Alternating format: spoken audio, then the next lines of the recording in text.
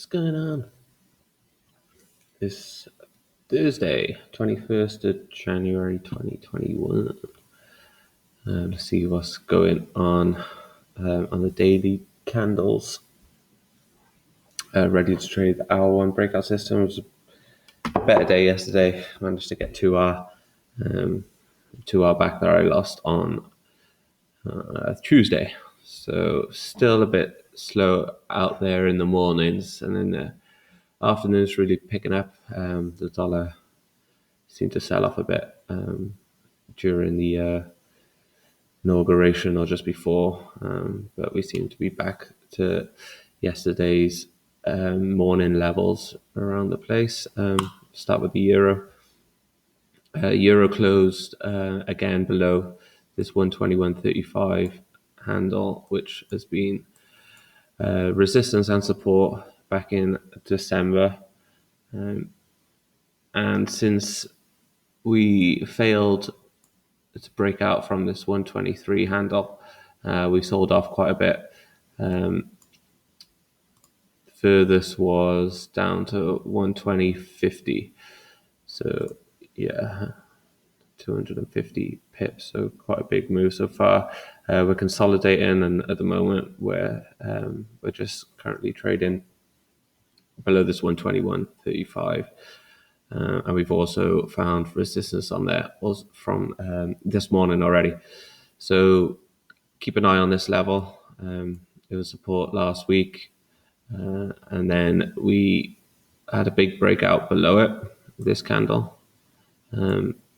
And then we couldn't get to 120 the next day. So we've rallied a bit above it, and it's now become resistance. So a pretty important level at the moment. If we fail to close above it today, and we put this, and we just trade sideways for the session, then this will be an inside bar, and this could be enough to show the bears that there was no momentum from the bulls on these couple of days this week, and we might see a sell off on Friday. But let's see what happens there. Still like 120 as a target to be hit in the bears, and I think it will this time, and maybe even fall back as far as 119. This kind of double top up here, which also would bring this trend line into play. So a couple of levels there to watch out for on the euro. GU, when you compare this one to, excuse me, just getting some messages. Close that. When you compare this to the euro, you can see it's pretty choppy on the daily chart, but we're currently sitting on the highs at 137, this psychological level. There's been a triple top so far. We had a big rejection of it yesterday, but it looks like this level is going to be taken out soon. And when you look at the price action on the longer time frame, you can see that these lows are getting higher lows all the way through, and we've hit this big resistance at this 137, sorry. So it looks like we got a bit of a squeeze coming through, and I think this is going to break soon, and we could get as far up as 100 pips, possibly in a session when this goes, or maybe even this kind of resistance, which is not the clearest trend line, but it has played a part a number of times, and we haven't managed to close above this yet. So so keep your eye on that for the pound. When we look at the hourly chart, you can see what happened yesterday. Failed to close above it. We had some exhaustion within these 3 hours. Just slow. This was a slow grind up, and then once we finally broke, this pin bar failed. We broke out from this one, and these was probably people's stops, or people getting out of their position expecting this to go higher. We didn't. Bears fought back, but then overnight again we've had this kind of grind higher. So let's see what happens around this area. See if we can form some kind of range where we can take advantage of a breakout higher. So a big level there for the pound. I know it doesn't matter, but let's look at it's a bit of a longer term time frame. This is the weekly, and there's a nice gap to be filled between 137 and 143. This 137 has been a big level in the pound. I'll just show you. Probably need to go further out to see what I'm on about. Yeah, it was support back here and then acted as resistance support again. And here we are testing this level, and we've also broken out this decade-long trend line. So things looking bullish for the pound. So keep an eye on this 137 handle going into today's session.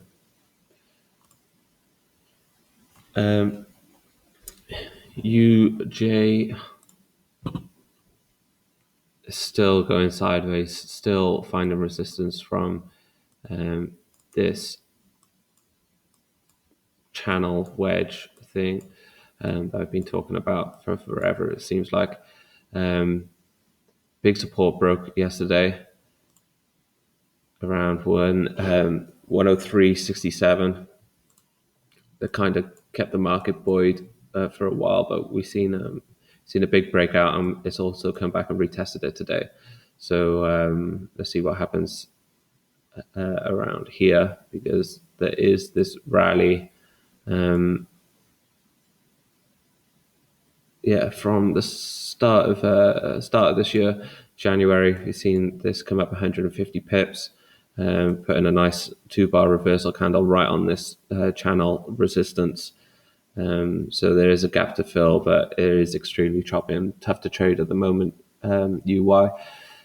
Should we rotate down towards these lows, then a close outside of this support trend line. This trend line support could bring in the 2020 lower 101, but at the moment it's a bit choppy and tough to trade, especially on the daily chart. It's hard to find direction at the moment. But I think when this, the longer the range, the bigger the break, and when this goes, I think we'll see a big move. GY, similar to GU, keep an eye on this September 1st high, 142.71. We found support from this clear previous resistance that has acted as support on Monday, and since then we've rallied, but we've put in a new resistance level that's just below this September the 1st high. So still room to go, and also this trend line to keep an eye on around 143 will be an interesting level. Should we tag that? I think there might be some resistance up here, but at the moment still kind of consolidating. These are all kind of dollar moves, so the yen pairs, the cross pairs for the yen are tough to trade. Saying that, we did have a nice move in the euro yen yesterday. I put this one on Twitter, that this keep an eye out on this support around about 125.70, and should we get a close below around the 125.60 area, then I think there was this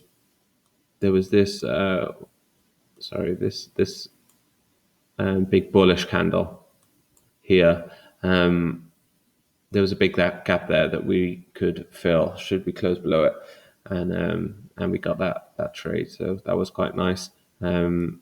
Keep an eye on this, because this support could act as resistance. It did yesterday on the hourly. So should we get to this 125.60 area, I'd be interested to see what happens around there. Should we close above it, then we could test Tuesday's high. And should we get above that, then it brings in this resistance of 127, the psychological level, and above that 127.50. which was the resistance before this sell-off. So EY starting to pick up nice, but it could be a one-off.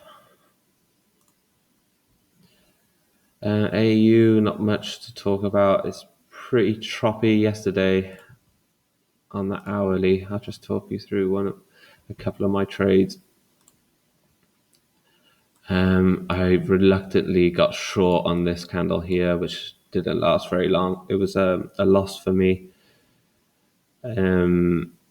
And then I took the long here, just missed out on 1R. The stop was below this one, and ended up taking a break even on that, closing out towards the end of the session.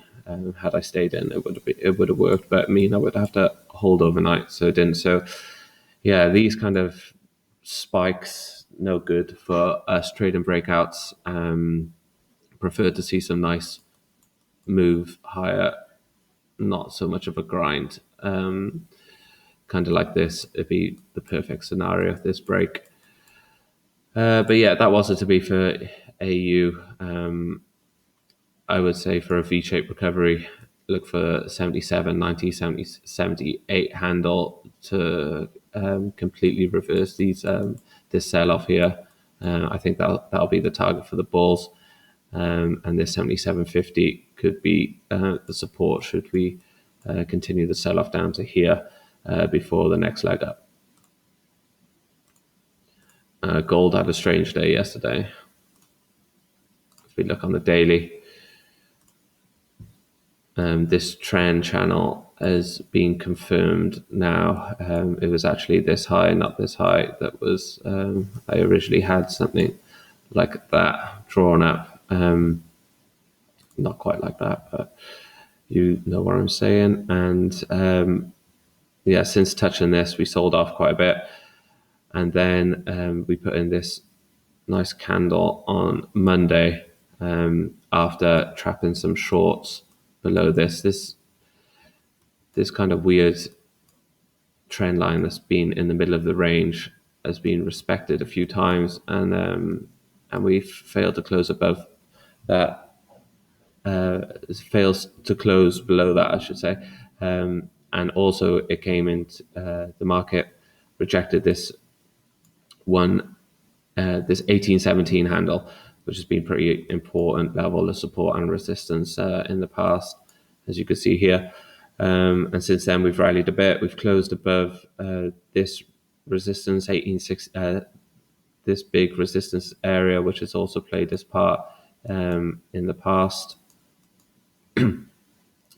And now we closed above that. There seems to be this gap to be filled from this big sell-off. So keep your eye on this 1863 should we come back towards that and then make our way back to 1900. So